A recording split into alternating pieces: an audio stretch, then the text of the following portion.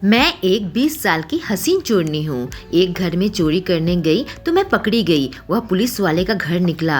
वह अजीब निगाहों से मुझे घूरने लगा, जैसे कि मुझे जानता हो। उस 40 साल के पुलिस वाले ने मुझसे शादी करना चाहा तो मैं मान गई, क्योंकि मैं जेल नहीं जाना चाहती थी। लेकिन सुहाग रात को उसकी जगह पर एक दूसरा पुलिस वाला आया और उसके बाद कमरे में मेरी चीखें गूंजने लगी। मेरा नाम सोनाली है। मेरा बाप एक चोर था। अभी 2 साल पहले ही उनकी मौत हो गई। तब से ही मैं चोरी कर रही हूँ। जब तक मेरे बाबा जिंदा थे मुझे कुछ काम करने की जरूरत नहीं थी, बस मैं घर संभाला करती थी। मैंने अपनी माँ को भी कभी नहीं देखा। बचपन से ही मेरे बाबा मेरे साथ थे। वह कहते तुम्हें जन्म देते ही तुम्हारी माँ मर गई थी। पर हैरत की बात यह थी कि मेरे घर पर मेरी माँ की कोई तस्वीर नहीं थी। जब मैं अपने बाबा से कहती कि मुझे माँ की कोई तस्वीर दिखाओ, मेरे बाबा कहते कि हमने कभी तस्वीर ली ही नहीं। मुझे इस बात से दुख होता तो मेरे बाबा कहते तुम अपना शक्ल आईने में देख लो, बिल्कुल माँ पड़ गई हो। तुम्हारी माँ भी इस उम्र में ऐसी ही दिखती थी। मेरे बाबा मुझे बहुत प्यार करते थे। मेरे जन्म देते ही मेरी माँ चल बसी, फिर भी उन्होंने कभी भी मुझसे नफरत नहीं किया। वह मुझे अपनी चोरी के कारनामे बताया करते थे, मुझे ताला खोलना सिखाते थे, और जब चोरी का माल बेचना होता था तो मुझे भी अपने साथ ले जाया करते थे। जिससे पढ़ाई लिखाई सीखूं न सीखूं, मैं चोरी तो सीख गई थी।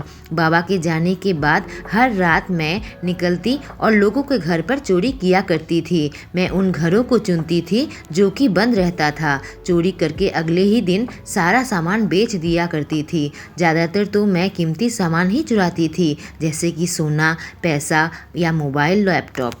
ऐसे ही एक दिन मैं चोरी पर निकली। मैं एक ऐसे घर में चोरी करने वाली हूँ जो 3-4 दिनों से बंद पड़ा है। शायद घर का मालिक कहीं बाहर गया होगा। जब मैं घर के अंदर चोरी कर रही थी, अचानक किसी ने लाइट जला दी। मुझे छुपने का कोई भी मौका नहीं मिला। मेरे सामने एक आदमी खड़ा था। काफ़ी हट्टा-कट्टा था, पर उसकी उम्र करीब 40 साल की तो होगी। वह समझ गया कि मैं चोरी कर रही हूँ। तुरंत ही आकर मुझे पकड़ लिया। उसने मेरा हाथ इतना कसकर मरोड़ा कि मुझे दर्द होने लगा। मैं बहुत ज़्यादा घबरा गई। मेरे पास अब भागने का कोई चारा नहीं था। उसने कहा तुम चोरी करती हो, पर अब तुम्हें जेल जाना पड़ेगा। मैंने कहा साहब मुझे माफ़ कर दो, मैं बहुत गरीब लड़की हूँ और मेरा इस दुनिया में कोई नहीं है। मजबूरन ही मैं चोरी करने आई थी। आप पुलिस मत बुलाओ। वह आदमी हंसने लगा और कहा पुलिस बुलाने की ज़रूरत भी नहीं है, क्योंकि मैं खुद ही पुलिस वाला हूँ। यह सुनकर तो मेरे होश उड़ गए। आज तक चोरी करते हुए मैं कभी भी पकड़ी नहीं गई।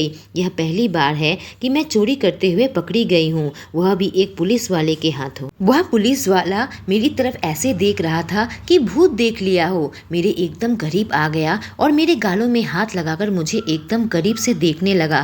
मैं काफ़ी घबरा गई कि मेरे साथ करना क्या चाहता है। उसने कहा घर पर सीसीटीवी कैमरा लगा हुआ है। तुमने पुलिस वाले के घर पर चोरी करने की कोशिश की, अब तो तुम्हें जेल ही जाना पड़ेगा। मैं उससे माफ़ी मांगने लगी और गिड़गिड़ाने लगी। मैंने कहा साहब मुझे माफ़ कर दो, आप जो बोलोगे मैं वही करूँगी, बस आप मुझे सज़ा मत दिलाओ। मैं इतनी बुरी भी नहीं हूँ। छोटी मोटी चोरियाँ करती हूँ, वह भी इसलिए कि इस दुनिया में मेरा कोई भी नहीं है। उसने कहा अच्छा जो बोलूँगा वह करोगी, ठीक है पहले तो मैं तुम्हें कमरे में ले चलता हूँ। वह मुझे घर के कमरे में लेकर आया और कहा मैं तुम्हें इस कमरे में फ़िलहाल बंद रखूँगा, फिर मैं सोच कर देखता हूँ कि तुम्हारे साथ क्या करना है। अगर मुझे तुम पर दया आ गई तो शायद तुम्हें छोड़ दूं, लेकिन उसके बदले में मैं तुमसे जो कहूँगा वह तुम्हें करना पड़ेगा। मैं काफ़ी डर गई थी कि वह मुझे क्या करने को कहेगा। रात भर मैं वहीं बंदी रही। अगले दिन सुबह वह मेरे कमरे में आया और कहा तुम्हें मुझसे शादी करनी पड़ेगी। उसकी नज़रों से मैं समझ नहीं पा रही थी कि उसके दिमाग में क्या चल रहा है। मैंने कहा साहब आप शादीशुदा नहीं हो क्या? उन्होंने कुछ सोचकर कहा नहीं, मैंने अब तक शादी नहीं की है। तुमने कहा तुम्हारा इस दुनिया में कोई नहीं है तो तुम मुझसे शादी कर लो, तुम्हें चोरी भी नहीं करनी पड़ेगी। मुझे समझ ही नहीं आ रहा था कि मैं क्या कहूँ। वह मुझसे उम्र में 20 साल बड़ा है। शादी को लेकर तो हर लड़की की आंखों में कई सारे सपने होते हैं। इस आदमी को मैं कैसे अपने पति के रूप में स्वीकार करूँगी? मुझे बहुत डर लग रहा था कि मैं अब क्या करूँ। अगर मैं ना कर दिया तो वह मुझे जेल में डाल देगा। और अगर हाँ कर दी तो यह घर भी मेरे लिए किसी जेल से कम नहीं होगा। पर मैंने सुना है पुलिस वाले चोर को काफ़ी मारते हैं। अगर पुलिस ने मुझे पकड़ लिया तो लॉकअप में मेरी पिटाई भी कर सकते हैं। फिलहाल तो बचने के लिए मुझे इससे शादी करनी पड़ेगी। बाद में ज़रूरत पड़ने पर मैं भाग जाऊंगी। थोड़ी देर सोचने के बाद मैंने कहा ठीक है, मुझे मंजूर है। उसने कहा ठीक है, चलो मैं तुम्हें तुम्हारे घर तक छोड़ देता हूँ, तुम्हें अपने परिवार से मिलवा दूंगा। उसके बाद सही मुहूर्त देखकर मैं तुमसे शादी करूंगा, लेकिन तुम मुझसे कोई चालाकी मत करना क्योंकि सीसीटीवी कैमरे में सब कैद हो चुका है। तुम पुलिस वाले से नहीं बच पाओगी। मैंने कहा साहब आप घबराओ मत, मैं ऐसा कुछ भी नहीं करूंगी। वह मुझे अपने घर पर तो छोड़ आया, पर अब मैं सोच में पड़ गई कि क्या मैं यहाँ से भाग जाऊं, पर मैं कहीं भी भागूंगी तो वह मुझे ढूंढ निकालेगा। पुलिस वाले चाहे तो किसी को कहीं से भी ढूंढ निकाल सकते हैं। ऐसे भी चोर की जिंदगी से मैं परेशान हो गई हूँ। अगर एक पुलिस वाले की बीवी बन जाऊं, कम से कम यह काम मुझे नहीं करना पड़ेगा। उस पुलिस वाले अमित ने मुझे फोन करके बताया कि 7 दिन बाद शुभ मुहूर्त है, उसी दिन मैं तुमसे शादी करूंगा। यह बात सुनकर न जाने क्यों अंदर ही अंदर मुझे बहुत ज्यादा घबराहट होने लगी। मैं सीधे निकलकर बाजार जाने लगी। बाजार के सामने मुझे एक काली कार दिखी। एक आदमी मेरे पास आया और कुछ पता पूछने लगा। जब मैं उसे पता बताने लगी तो पीछे से एक और आदमी आकर मेरी नाक पर रुमाल सुंघाकर मुझे बेहोश कर दिया। मुझे होश आया तो मैं एक अंधेरे से कमरे में कैद थी। मैं कुर्सी से बंधी हुई थी। सामने वह दोनों आदमी खड़े थे। मुझे देखकर कहा अच्छा तो तुम होश में आ गई। उसके बाद वह दोनों मुझे अजीब अजीब सवाल पूछने लगे जिसका कोई जवाब मेरे पास नहीं था। जब मैं उसके सवालों का जवाब नहीं दे पाई तो वह लोग मुझे मारने लगे। मैं रोने लगी, चीखने चिल्लाने लगी कि मुझे कुछ भी नहीं पता, मुझे छोड़ दो। करीब 2 दिनों तक मैं वहीं पर कैद रही और 2 दिनों तक उन लोगों ने मेरे ऊपर टॉर्चर किया। फिर उस आदमी ने किसी को फोन करके कहा कि यह लड़की तो कुछ भी नहीं बता रही है, पर तभी वहां पर पुलिस की रेड पड़ गई। वह दोनों आदमी वहां से भाग गए। पुलिस ने मुझे बचा लिया। मेरे सामने अमित खड़ा था। मेरे समझ में यह नहीं आया कि अमित यहाँ तक पहुँचा कैसे। जब मैंने उनसे पूछा तो उसने कहा कि मैं वह कार ट्रेस करके यहाँ तक पहुँचा हूँ। किडनैपर ने कार यहीं पर छोड़ दी। यह बात मुझे कुछ विश्वास नहीं हुआ। आखिर चल क्या रहा है? यह लोग मुझे किस तरह का सवाल पूछ रहे थे और अमित यहाँ कैसे पहुँच गया? यह सारे सवाल मेरे दिमाग में घूमने लगे। जब मैं घर पहुँची तो मेरा घर पूरी तरह से उलट पुलट किया हुआ था। ऐसा लग रहा था कि किसी ने मेरे घर पर तलाशी ली हो। कौन आया होगा यहाँ पर? आखिर मेरे बाप ने मुझे किस मुसीबत में डाल दिया? मैं अमित को कॉल करके कहा कि इस तरह से मैं किडनैप हुई हूँ, तुम कोई रिपोर्ट दर्ज नहीं करोगे क्या? अमित ने कहा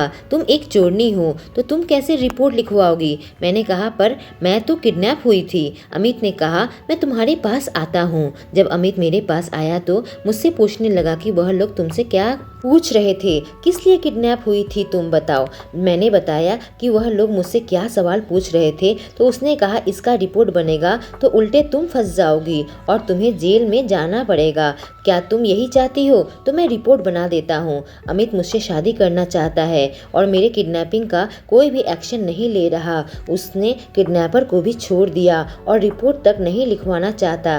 मैंने ठान लिया कि मैं अब राज का पता लगाकर रहूंगी। अमित के जाने के बाद मैं एक फैक्ट्री में गई जिस फैक्ट्री में मेरा बाप सालों पहले काम करता था। उस फैक्ट्री से उनकी नौकरी चले जाने के बाद उन्होंने बहुत काम ढूंढा था, पर जब काम नहीं मिला तो चोरी का काम शुरू कर दिया था। मैं फैक्ट्री में जाकर अपने पिता के बारे में पूछताछ करने लगी और वहाँ सारे यंग लोग थे तो कोई भी मेरे पिता के बारे में कुछ नहीं बता पाया। पूछताछ करते हुए मुझे एक बूढ़ा गार्ड मिला। जब मैं उनसे पूछा तब उन्होंने बताया कि वह मेरे पिता को जानते थे। इस फैक्ट्री की मालिक की बेटी और तुम्हारे पिता एक दूसरे से प्यार करते थे। जब मालिक को यह बात पता चल गई तो उन्होंने तुम्हारे पिता को काम से निकलवा दिया। उसके बाद का उन्हें कुछ भी मालूम नहीं था। मैंने सोचा कि इस फैक्ट्री की मालकिन से मैं मिलकर सारी बात पता लगाऊंगी। मैंने उनसे इस फैक्ट्री के मालिक का एड्रेस पूछ लिया। जब मैं उनके घर पर पहुंची तो सामने गार्ड ने मुझे रोक लिया, पर मुझे देखते ही वह लोग बिल्कुल ही चौंक गए। पर मुझे देखकर ऐसे चौंके क्यों? ऐसा लगा कि वह लोग मुझे पहचानते हो। जब मैंने पूछा कि मैं इस फैक्ट्री की मालकिन अनीता देवी से मिलना चाहती हूँ, उन्होंने कहा वो यहाँ नहीं रहती हैं, विदेश में रहती हैं, कहकर मुझे अंदर नहीं जाने दिया और मुझे धक्के मारकर वहाँ से निकाल दिया। मैं सोच में थी कि आगे क्या करूँ कि मेरी शादी का दिन आ गया। कुछ पुलिस वालों की मौजूदगी में मैंने उनसे शादी कर ली। अमित के घर वाले वहाँ मौजूद ही नहीं थे। मुझे बहुत ही अजीब सा लगा। मैंने पूछा, तुम्हारे घर वाले तो नहीं आए? उसने कहा, तुम एक चोरनी हो। यह जैसे ही मैं घर वालों को बताया तो वह शादी के खिलाफ हो गए। मैंने मन में सोचा कि यह बात बताने की क्या ज़रूरत थी। घर वाले खिलाफ हो गए थे तो क्या ज़रूरत थी मुझसे शादी करने की। शादी के बाद भी मैं बहुत उदास थी।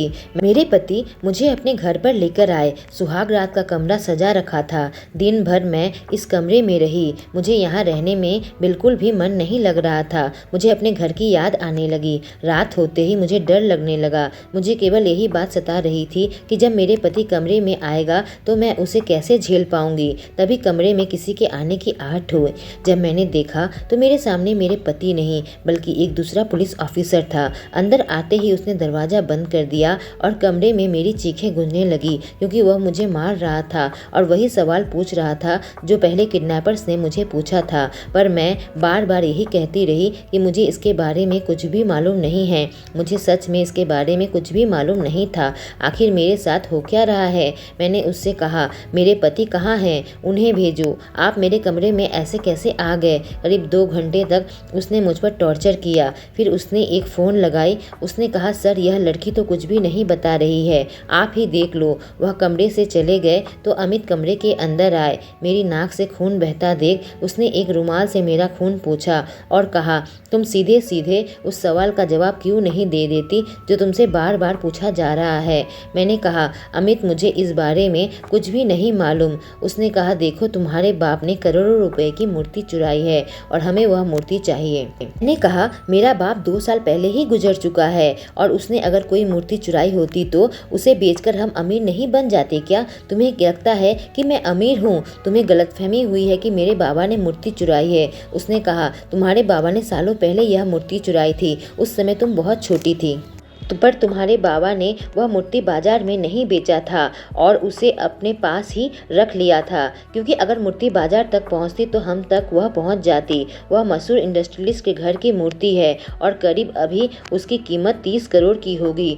बहुत ही एंटिक मूर्ति है। तुम्हारे बाबा ने मरने से पहले तुम्हें जरूर बताया होगा कि मूर्ति कहाँ छुपाई है। मैंने कहा, मुझे ऐसा मेरे बाबा ने कुछ भी नहीं कहा। उसने कहा, देखो तुम अब मेरी पत्नी हो और जब तक तुम मुझे मूर्ति का पता नहीं बता दोगी तुम्हारी जिंदगी और मुश्किल होती चली जाएगी। उस वक्त मेरे पति कमरे से निकल गए। उनके जाने के बाद मैंने राहत की सांस ली। उन्होंने मुझे हाथ भी नहीं लगाया। अगली सुबह मैंने अपने पति से कहा कि मैं अपने घर वापस जाना चाहती हूँ और उस मूर्ति का पता लगाकर ही वापस आऊँगी। वह मूर्ति जैसे ही मिलेगी मैं कॉल कर दूँगी, आप आकर उसे ले लेना। उन्होंने कहा, ठीक है जाओ। मैं अपने घर वापस आ गई। मुझे समझ नहीं आया कि मेरे बाबा ने आखिर सालों पहले कौन सी मूर्ति चुराई और उसे कहाँ रखी है। पर मरने से पहले वह मुझे कुछ बताना चाहते थे। उसने कहा था कि तेरी माँ बिल्कुल तेरी जैसी है, एक न एक दिन तुझे पता चल जाएगा। अगर मेरी माँ मर चुकी है तो मुझे कैसे पता लगेगा। तभी मुझे उस औरत अनीता का ध्यान आया जो कि उस फैक्ट्री के मालिक की बेटी थी और मेरे बाबा से प्यार करती थी। कहीं वो औरत मेरी माँ तो नहीं। वह गार्ड मुझे देखकर चौंक गए थे। मैंने सोच लिया था कि आज रात उनके घर में घुसूंगी। मुझे बस उस औरत से मिलना है। मैं घर से निकल गई और सीधे उस बंगलों में पहुंची। बंगलों के चारों ओर मैंने देख लिया और अपने दिमाग में घुसने का प्लान भी बना लिया। रात के अंधेरे में मैं वहां पहुंची तो पीछे वाले इलाके से मैं अंदर दाखिल हुई क्योंकि सामने तो गार्ड्स थे। बंगले के अंदर की खिड़कियां खुली हुई थी तो मैं आसानी से अंदर घुस गई। फिर क्या था, मैं बंगले के इधर उधर घूम कर देखने लगी। तभी दीवार पर टंगी मुझे एक तस्वीर नजर आई जिसे देखकर मेरी आंखें फटी की फटी रह गई। उसमें एक औरत बिल्कुल मेरी जैसी दिखती है। ऐसा कैसे हो सकता है। मैं सीढ़ियों से ऊपर चढ़ गई और एक एक कमरे में जाकर देखने लगी। एक कमरे में एक बूढ़ा सा आदमी अपनी बीवी के साथ सोया हुआ था। मुझे लगा शायद यही फैक्ट्री का मालिक हो। मैं फिर दूसरे कमरे में गई तो मुझे वही औरत नजर आई। करीब 40 साल की होगी या उससे भी कम क्योंकि काफी जवान लग रही थी। वह बिल्कुल अकेली सोई हुई थी। तभी मैंने कमरे का लाइट लाइट जला दिया। लाइट से उस औरत की नींद खुल गई। वह जैसे ही उठी, सामने मैं खड़ी थी। मुझे देखकर वह चौंकी। कहा, तुम कौन हो? मैंने कहा कि मैं भी यही पूछने के लिए आपके पास आई हूँ। आखिर मेरी शक्ल आपकी शक्ल से इतनी क्यों मिलती है? औरत काफी गहरी सोच में डूब गई। तभी मैंने अपने मोबाइल से अपने बाबा की तस्वीर निकाली और उस औरत के सामने रख दी। उस औरत की आंखों से आंसू आ गए। उसने कहा, यह तस्वीर तुम्हारे पास कैसे आई? मैंने कहा, यह मेरे बाबा है। वह बिस्तर से उठी और मुझे गले से लगा लिया। उसने कहा, मेरी बच्ची। मैंने कहा, आप मेरी माँ हैं। मेरे बाबा ने तो कहा था मेरी माँ मुझे जन्म देते ही मर गई है। उसके बाद उसने मुझे बैठाया और सारी बातें बताई। उसने कहा, तुम्हारे बाबा हमारे फैक्ट्री में ही काम करते थे। हम दोनों के बीच में प्यार हो गया और एक रिश्ता बन गया था। लेकिन जैसे ही मेरे पिता को मालूम चला तो वह तुम्हारे पिता को काम से निकल दिया और मेरी शादी अपने पसंद के इंसान से करवा दी। लेकिन शादी के बाद मुझे पता चला कि मैं 2 महीने की गर्भवती हूँ। मैं तुम्हारे पिता को फ़ोन करके सारी बातें बता दी। तुम्हारे पिता की हालत उस समय बहुत बुरी थी क्योंकि मेरे पिता ने उन्हें कहीं भी काम करने का मौका नहीं दिया था। इधर उधर भटक रहे थे, इसलिए उस वक्त वे मेरी जिम्मेदारी नहीं उठा पाए। मैं एक बच्ची को जन्म दिया, लेकिन तुम्हारे पिता रात को मेरे घर आए और तुम्हें उठाकर वहाँ से भाग गए। मेरे पति जानते थे कि बच्ची मेरे और तुम्हारे पिता के प्यार की निशानी है। वह मुझसे बहुत ही खराब बर्ताव करते थे और मैं भी उसे कभी प्यार नहीं कर पाई। उससे तंग आकर मैंने उसे तलाक दे दिया और अपने पापा के पास आ गई। फिर सारी जिंदगी कभी शादी नहीं की। मैं तुम्हारे पिता को ढूंढने की बहुत कोशिश की। तुम्हारे पिता ऐसे गायब हो गए थे कि कभी नहीं मिले और मैं अपनी बच्ची से कभी नहीं मिल पाई। वह मेरे हाथ से मेरे मोबाइल ले ली और मेरे बाबा की तस्वीरें देखने लगी। तस्वीर देखते देखते अचानक उन्हें अमित की तस्वीर नजर आई। उसने कहा, यह तस्वीर तुम्हारे मोबाइल में कैसे आ गई? मैंने कहा, माँ, यह आदमी मेरा पति है। यह सुनते ही उसकी आंखें बड़ी बड़ी हो गई। कहा, तुम इसकी बीवी हो? मैंने कहा, माँ, मैं इसके घर में चोरी करने गई थी पर मैं रंगे हाथों पकड़ी गई। मजबूरन उसने मुझ पर शादी का दबाव डाला। आप इसे कैसे जानती हैं? मेरी माँ ने कहा, यही वह आदमी है जिससे मेरी शादी हुई थी। यह सुनकर मैं बिल्कुल चौंक गई। मैंने कहा, माँ, तब तो उसे मालूम होगा कि मैं आपकी बेटी हूँ। सब जानकर ही उसने मुझसे शादी की, पर मैं इस आदमी के साथ नहीं रहना चाहती। इस वजह से मैं अपने घर चली आई थी। वह मुझे किसी कीमती मूर्ति के बारे में पूछ रहा था जिसके बारे में मुझे कुछ भी पता नहीं था। उसने कहा, जब तुम्हारे बाबा तुम्हें चुराने के लिए आए थे तो उस मूर्ति को भी चुरा लिया था। मैंने कहा, उस मूर्ति के लिए मैं किडनैप हो चुकी हूँ। शादी के बाद एक पुलिस वाले ने भी मुझे बहुत मारा, पर इतने सालों पहले की बात मुझे कुछ भी नहीं मालूम। अगर वह मेरे पिता ने चुराई होती तो हम इतनी गरीबी की जिंदगी क्यों बिताते? मेरी माँ ने कुछ ऐसा कहा जिसे सुनकर मुझे बिल्कुल भी यकीन नहीं हुआ। कहा, दरअसल वह मूर्ति कीमती नहीं थी, बल्कि उस मूर्ति के अंदर मेरे पिता ने अपने हीरे छुपा रखे थे। उस हीरे को ढूंढने की बहुत कोशिश की थी। उसने अमित को उस काम के लिए लगाया था। उसे ढूंढ पाने पर अमित को भी बहुत बड़ा इनाम भी देने वाले थे। मैंने कहा, माँ, मैं उन हीरो को ढूंढने की कोशिश करूंगी। मेरे घर की तलाशी पुलिस पहले ही ले चुकी है। हो सकता है कि मेरे बाबा ने मूर्ति तोड़कर हीरे निकाल लिए हो। मैं एक बार घर पर फिर तलाशी लेती हूँ, पर मैं अपने आप को बहुत असुरक्षित महसूस कर रही हूँ क्योंकि मेरे पीछे गुंडे और पुलिस दोनों पड़े हुए हैं। पर फिक्र मत करो, अब मैं यहाँ से चलती हूँ। मैं जाने लगी तो मेरी माँ मेरे पास आई और मुझे गले से लगा लिया। उन्होंने कहा, मेरा असली हीरा तो तुम हो बेटा, मैं तुम्हें खोना नहीं चाहती। मैंने कहा, मैं आपके पास वापस जरूर आऊंगी, बस आप यह बात किसी को मत बताना कि मैं आपसे मिली हूँ। घर जाकर मैंने पूरे घर की तलाशी ली पर मुझे कहीं भी हीरा नहीं मिला।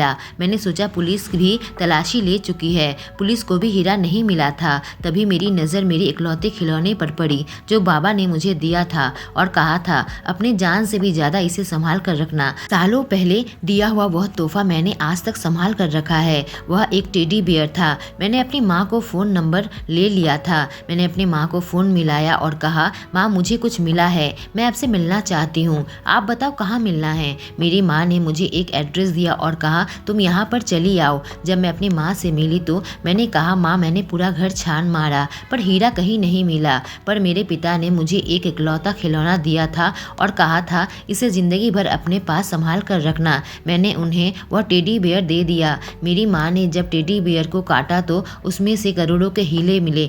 मुझे पता भी नहीं था कि एक टेडी बेयर के अंदर मेरे पिता ने इतने सारे हीरे छुपा रखे थे। आखिर उन्होंने उस हीरे को क्यों नहीं बेचा? इसे बेचते तो हम अमीर हो जाते, हमें चोरी भी नहीं करना पड़ता। साथ में एक चिट्ठी थी। मेरी माँ वह चिट्ठी खोली और उसे पढ़कर रोने लगी। उसमें लिखा हुआ था कि मैं अपनी बेटी को अपने साथ लेकर जा रहा हूँ। तुम्हारे पापा और अमित ने उसे मारने की योजना बनाई है। अगर मैं उसे अपने साथ लेकर नहीं गया तो वह हमारी बच्ची को मार देंगे। अगर तुम्हें यह चिट्ठी मिल गई इसका मतलब यह है कि मेरी बेटी तुम तक पहुँच गई है।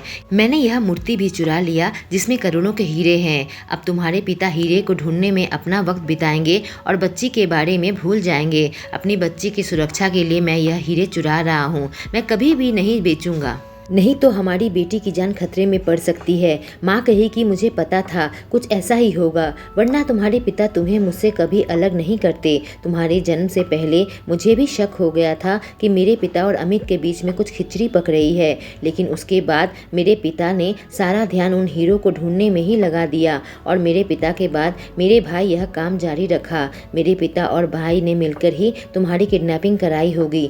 उसके बाद मेरी माँ उन हीरो को लेकर सीधे अपने घर पहुंची। मैं भी साथ थी। मेरी माँ ने हीरो को लेकर अपने पापा के हाथ पर रख दिया और कहा कि मुझे मेरा हीरा मिल चुका है, आपको भी आपका हीरा मिल चुका है। अब मैं इस घर को छोड़कर हमेशा के लिए जा रही हूँ। आपको आपके हीरे मुबारक हो।